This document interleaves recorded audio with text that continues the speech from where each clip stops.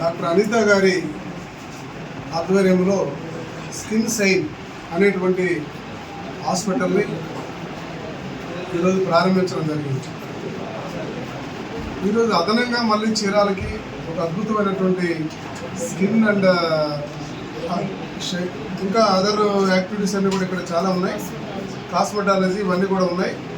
ఒక మంచి హాస్పిటల్ మీకు హైదరాబాద్లో కానీ విజయవాడలో కానీ లేకపోతే ఎక్కడైతే మీకు ఏ రకమైన సదుపాయాలు దొరుకుతాయో అటువంటి సదుపాయాలు మన చీరాల్లో కూడా రావడం గొప్ప.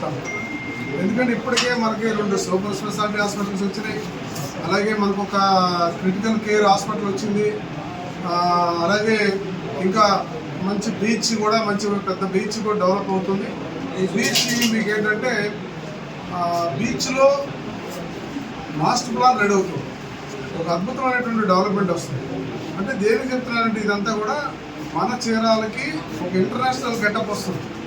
వాళ్ళ గోవా టైప్లో మన ఊరు కూడా డెవలప్మెంట్ జరుగుతుంది కనుక ఒక పక్క నుంచి క్రిటికల్ కేర్ హాస్పిటల్స్ కానీ లేదా 2 సూపర్ స్పెషాలిటీ హాస్పిటల్స్ కానీ ఇంకా ఇప్పుడు ఈ స్కిన్ సేన్ అనేటువంటి ఈ హాస్పిటల్ కానీ ఇవన్నీ కూడా ఇక్కడ వచ్చినటువంటి టూరిస్టులకు కానీ లోకల్గా ఉన్న మన ప్రజలకు కానీ సర్వీస్ అందించడానికి సరైనటువంటి పద్ధతిలో ఒక నిష్ణాతులైనటువంటి డాక్టర్ల మధ్యలో ఈ యొక్క సదుపాయాలన్నీ వస్తున్నాయి.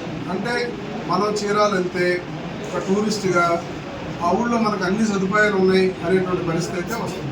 భవిష్యత్తులో చీరాలు అనగానే ఒక గోవా టైప్లో ఒక టూరిజం అనేది గుర్తొస్తుంది.